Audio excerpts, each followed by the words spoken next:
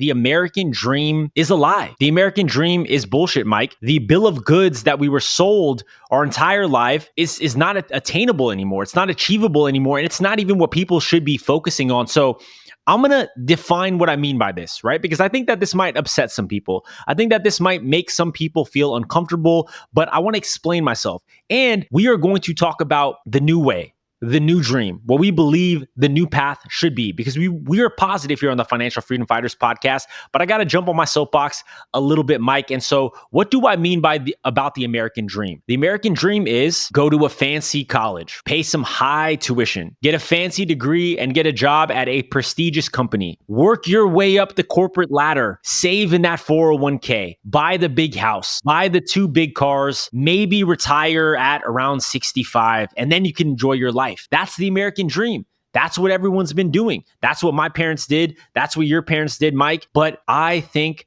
that is bullshit. Yeah, it's definitely, it's changed for sure, right? That's definitely not the way that you and I are going to do it. And that's not what we talk about on this pod every couple of weeks. It's what we were kind of fed, right? I'm a little older than you. So I'm still that generation that was told to go to college. None of my parents even went to college, right? I grew up in a very middle to lower middle income class neighborhood with working parents of immigrant parents. And, they worked their labor jobs, right? My grandfather was a Teamster, right? My father was in the AFL-CIO for a long time. My parents are just now retiring.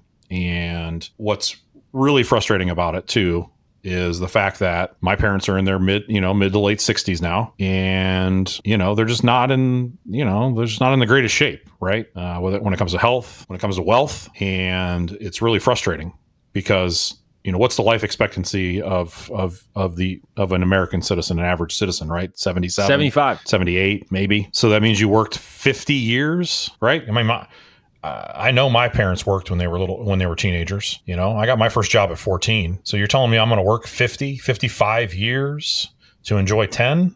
No.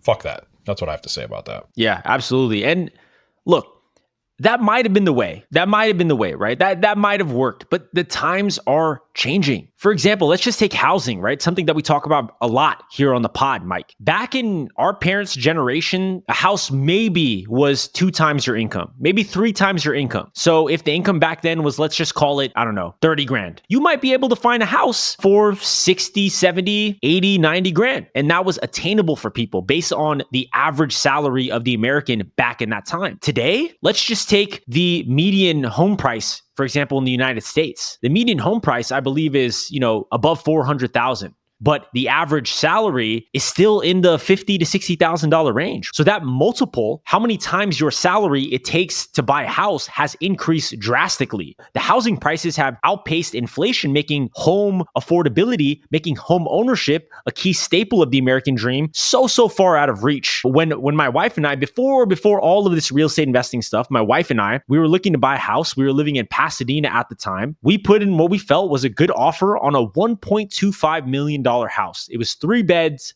2 baths, 1,400 square feet in Pasadena. 1.25 million was what we offered, which was $100,000 over asking. We were the lowest of 40 offers, the lowest of 40 to buy a starter home in a good neighborhood in Pasadena where we wanted to live. And that's in California, but this is happening nationwide. So if people can't afford to buy homes, if people don't have enough saved for retirement, Mike, so the average retirement savings is $200,000 today. No one can retire on $200,000. So you're telling me that I worked my whole life, and all I want to do is buy a nice house, retire comfortably, and enjoy the rest of my life, but I can't do that. The system has failed, Mike. The system has failed people if they cannot do the things that they were promised. And that's my biggest issue with it. You touched on this with your parents, but why do we think it's okay to delay all of the things that we want, all of the things we want to do until we're 60, 70 years old? You can't ski the Swiss Alps and really enjoy it as much as you could when you're 65 versus when you're 45. So why do we have to wait for the life that we want just because people say that this is how it goes, right? Just because that's not the American dream. And the last thing that I'll kind trying to say is how much unhappiness in the world is caused by the fact that people are in these 9 to 5 jobs that they just do not enjoy, Mike. How much unhappiness? I know that you worked a 9 to 5 job and you were a restaurant manager, and that job was fine, but it wasn't the thing that you were meant to do, Mike. It wasn't that thing that you were uniquely positioned to excel at. And the same thing for me as an accountant. I was an accountant, and it's not like I really love accounting. I wasn't uniquely put on this earth to be an accountant, but I was doing it because I needed that paycheck. I needed that stable 9 to 5 job because that's what the American dream told me to do. Get that job at that big four accounting firm. Become that restaurant manager, Mike. Get that stable 9 to 5 job. Get that paycheck, and be happy that you even have that. That's what the system told us to do. And I was so unhappy, Mike. And I know that you felt this too when you were just on the hamster wheel of working in the restaurant industry. You were just unhappy because we didn't feel that this is what we were supposed to do. And I know you, the listener, you probably feel this in your job too. And so many people feel this. So the American dream is locking us into careers that we're not even meant for, because we have to align with the system, just be the cogs in the wheel. And so Mike and I think that this is bullshit. We think that this is a lie. And the reason why we started the Financial Freedom Fighters podcast in the first place was to talk about the new way. So what is the new way, Mike? What can people do if they do not want to subscribe to the quote unquote American dream? Well, they can get into a lot of different things, right? Being an entrepreneur is one, right? Starting your own business. And it could be as simple as starting a side hustle, right? When you are working that 9 to 5, right? Maybe you need that stability for a while and you've always dreamt of doing whatever, whatever that dream is that you want to do. It could be simply buying rental properties like a lot of people do, right? It's a great side hustle for people. I have this conversation with people all the time. If you really buckled down and you bought one rental property over the next 10 years, and then you paid them off over the next 10 to 15 years, what would that do for you financially at retirement time when you had 10, let's just say modest single family homes paid off or close to paid off in a market like Ohio or somewhere here in the Midwest, right? What would that look like for you? That portfolio in 20 years from now, it's probably worth $2 to $3 million. And it's probably spitting off somewhere in the neighborhood of $15,000 to $20,000 a month in gross income. Do you think your Social Security check is going to look like that in 20 years? Because I don't. Absolutely. And so, folks, what Mike is alluding to here is do not mistake your 9 to 5 job for security, because it's not security. We're seeing this every day now, Mike. I know so many people that have gotten laid off. And then what? What are you going to do? Yeah, they'll collect unemployment for some time, but then what about after that? What if they can't find another job? This is the problem with relying on the system. This is the problem with the American dream, is you're putting your financial future in the hands of third parties, these corporations. And what if you don't want to work at these places anymore? What if you can't work at these places anymore? What if you get laid off? What Mike and I are talking about is, instead of subscribing to the American dream, instead of trying to find the perfect job, instead of trying to figure out the perfect career, what you need to prioritize is achieving financial independence, financial freedom by any means necessary. And what is financial freedom? What is financial independence? Very simply, the way that I define it, the way that we define it here on the Financial Freedom Fighters podcast is you have investment income that is being generated that is greater than your living expenses. That's it. If you have rental properties, if you have dividend paying stocks, if you have a side hustle that is generating income, if you have all of these things and you add up all of those things and it is greater than your monthly expenses, then you have achieved financial independence.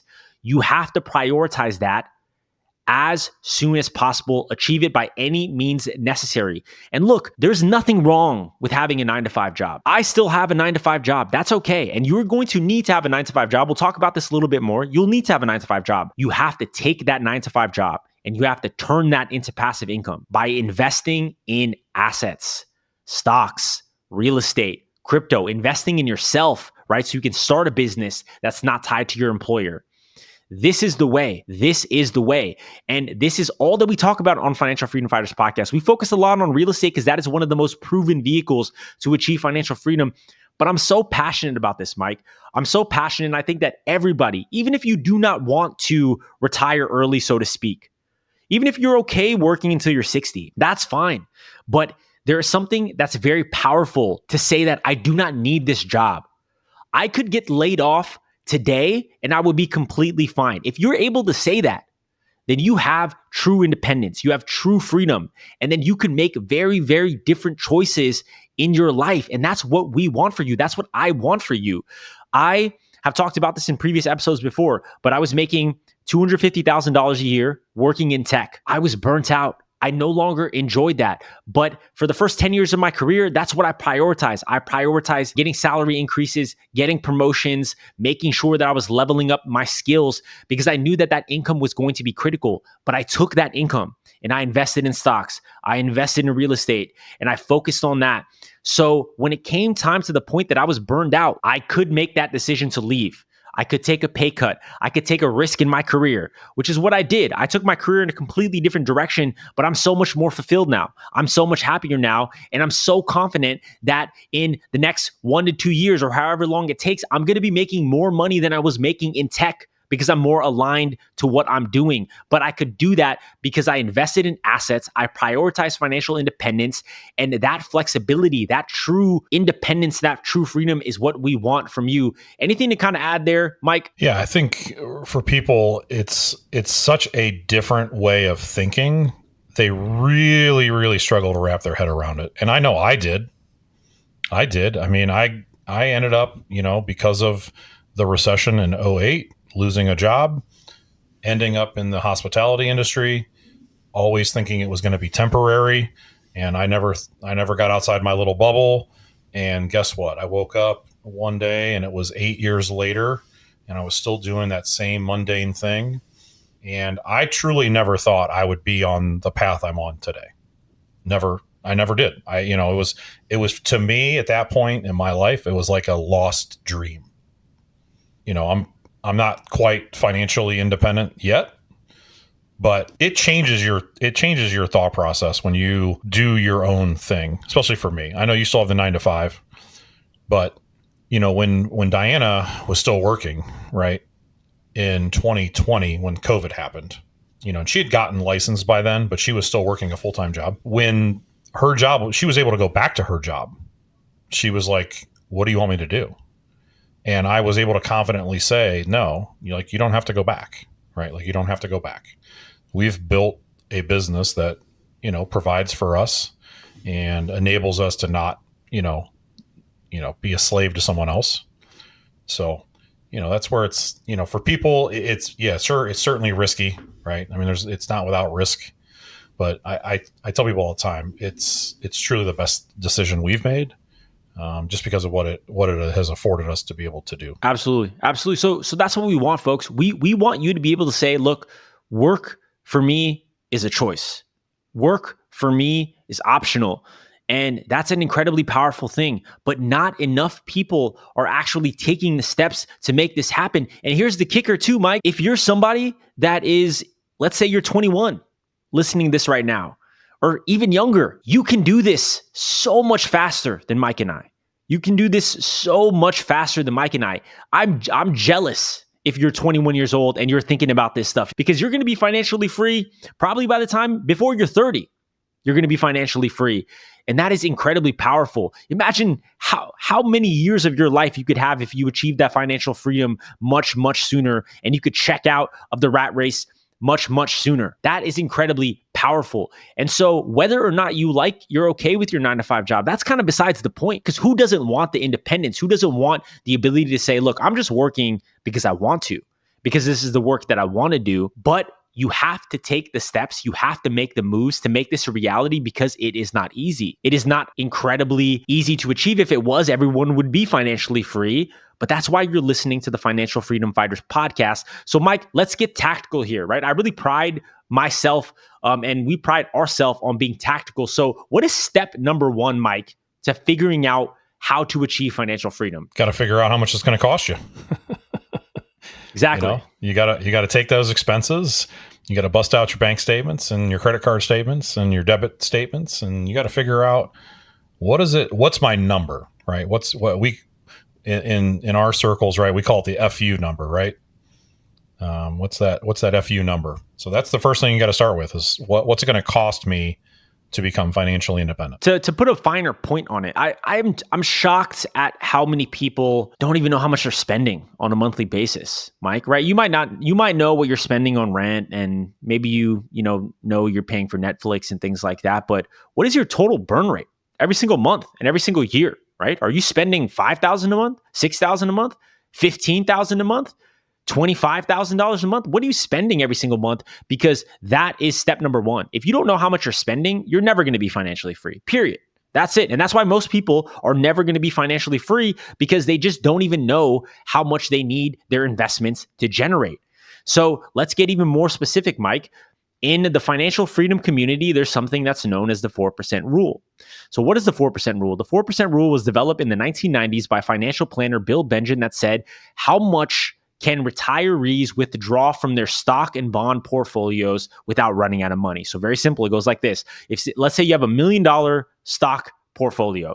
If you withdraw 4% from that portfolio every single year, you won't run out of money. So 4% of 1 million is $40,000. So you can live on $40,000 a year off a $1 million portfolio and not run out of money. So if your number is $40,000 a year, which, might work for some people in certain countries if you are, or if you're single living in the United States in the low cost of living market, that might work, right? So 1 million would be your FU number according to the 4% rule. Another way to do this is you just take your annual expenses and you multiply it by 25. This is the inverse of the 4% rule, right? Just take your annual expenses, multiply by 25. So figure out what that is.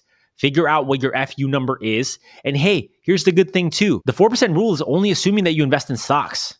But what if you're investing in rental properties, for example? What if your rental property is actually generating much better than a 4% cash on cash return? Then you're actually getting to a point where you need less money than the 4% rule says, because you're blending in some rental properties that have some cash flow. What if you have a rental property portfolio that's generating $5,000 a month?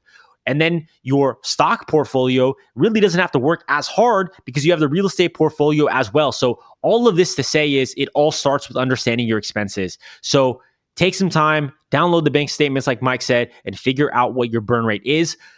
Take that monthly number, multiply it by 12 to get the annual number, multiply it by 25 to get your FU number, and then start there. For me, Mike, it was such a big unlock to just know, okay, I have a number, right? And even though I'm not at that number yet, I know what I'm shooting for, and I'm building a plan and working backwards from there to know how I'm going to get to that number. And so start there, ladies and gentlemen. That is what you need to do. Mike, so step 2, we kind of talked about this already, right? So once you have your FU number, once you understand your monthly expenses, you really need to start focusing on those passive income stream. So Mike, let's kind of run through what are all the different things that people can invest in. Well, obviously, real estate's a very large piece of both of our portfolios, and that's where a lot of people found us, is through real estate. But we are talking about financial independence, and that's why we're the financial freedom fighters, not completely real estate centered. There are a ton of dividend stocks, bonds, ETFs that you can invest in. Crypto, it's not been my bag, but crypto's another one. There's a lot of people investing in the cryptocurrencies, the Bitcoins, Ethereum, etc. So those are just a few things. Obviously, if you're working that 9 to 5 and you have a 401k, obviously, our advice would be maximize that. Maximize what you can put in your 401k every single month, every single paycheck, especially if there's a matching piece from your employer, and then, keeping your expenses low, right? That's the other thing. Whether you're starting out young in life and you want a house hack, right? You want to buy that duplex and you want to live in one side and rent out the other, because we all know in this country, housing is typically your most expensive, thing on in your personal balance sheet.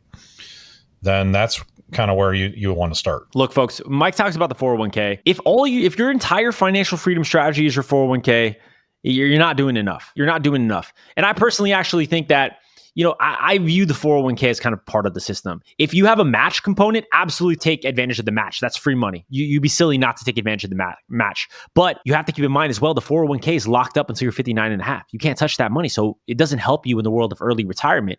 But that is one part for sure. But Mike talked about it, right? Invest in rental properties, invest in stocks, invest in crypto. Underpinning all of this is you need to build up a portfolio that is generating one, cash flow, but also that is generating appreciation and increase in value, because every single day, because of inflation, because the government is printing and printing more and more money, our dollars, $100 bill, that money is becoming less and less valuable every single day. So if you are just holding your money in cash, even if you're holding money in a high yield savings account, that is becoming less and less valuable every single day. So you are becoming poorer if you are just holding fiat currency, if you are just holding dollars, if you are not investing that money in rental properties, in stocks, in crypto, if you're not investing that money, you are stealing from your financial future if you're not becoming an investor.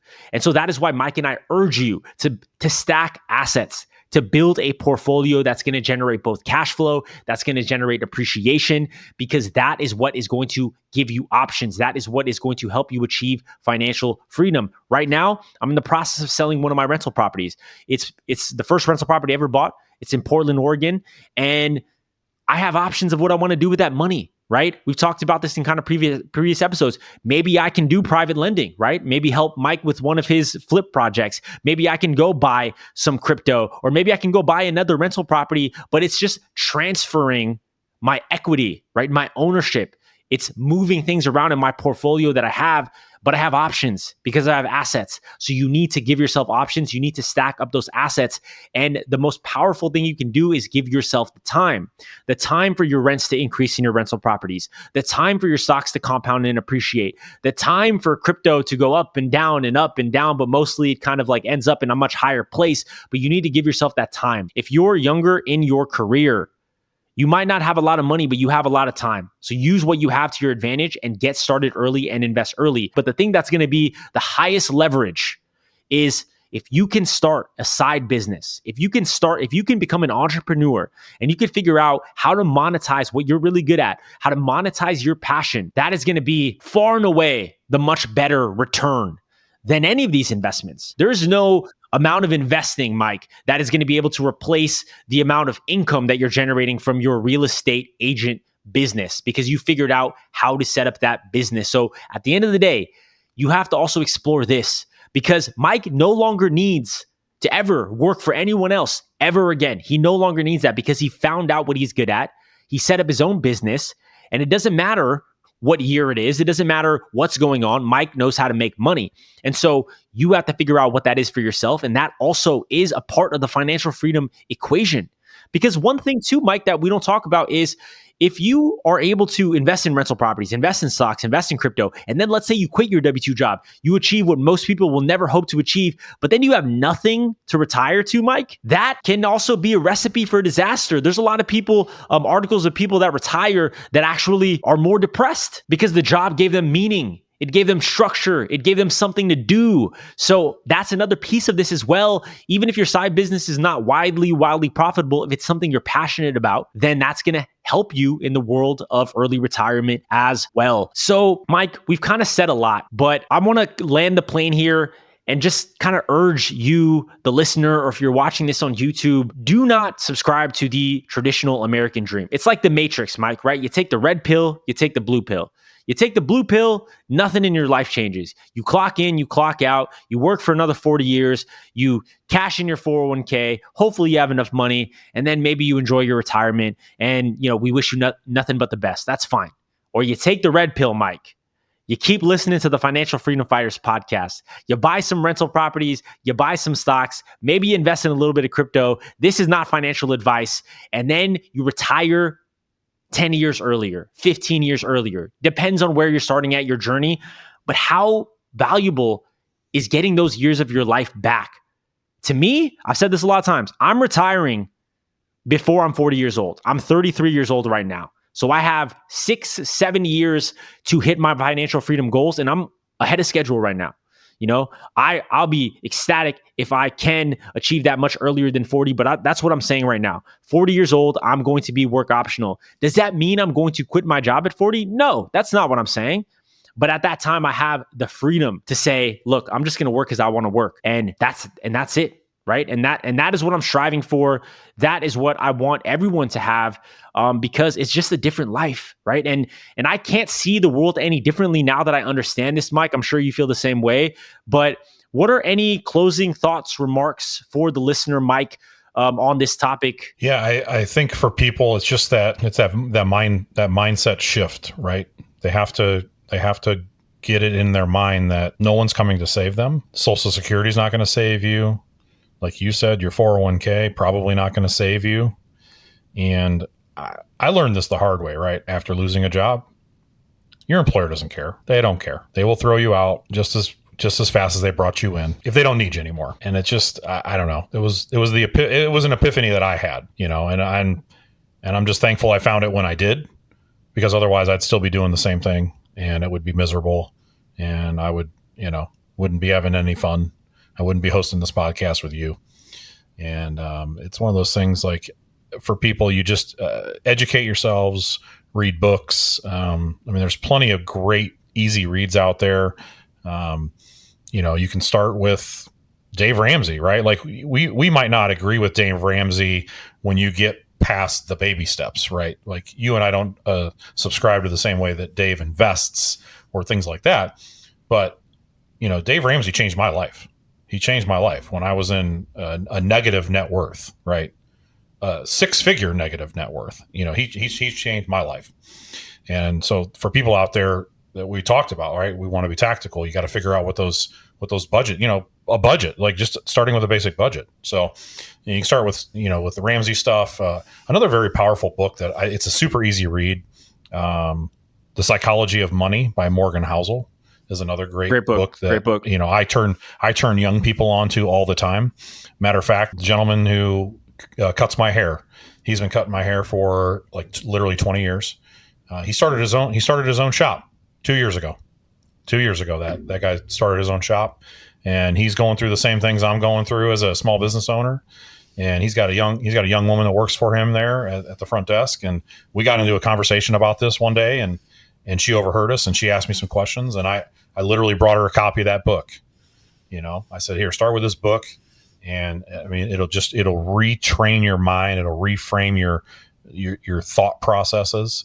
And, when people start taking those actions, it's going to help them down the road. Absolutely. I love that. I love that story. So those books are Total Money Makeover by Dave Ramsey. If you're someone that's really just trying to get out of debt, trying to figure out their budget situation, that's a great read. The Psychology of Money, right? A lot of people just don't think about money in the right way. And that's not anyone's fault, but you have to have the right psychology around money. So The Psychology of Money by Morgan Housel. And then the last one I'll throw in there, the classic, of course, it is the red pill for most people, Rich Dad, Poor Dad by Robert Kiyosaki. Definitely want to toss that one in there, because for me, that was just such a big aha moment. Really opened my eyes into the larger game that people are playing here that most people are not privy to. That's it, folks, for today. Hope you got a lot of value out of this. It is 2025. Let's get after it. Let's make financial freedom a priority. Let's break free, right? Let's do it all together. Tap into the Financial Freedom Fighters podcast. We're going to be releasing podcast episodes every 2 weeks. So stick with us on our journey, and we'll do everything we can to help you achieve financial freedom. My name is Jacob Sandoval. You can find me at Cashflow Saga on all socials. He is Michael Magno. You can find him on all socials at Realtor Michael Magno. We are the Financial Freedom Fighters podcast. We will see you in the next episode. Peace. See ya.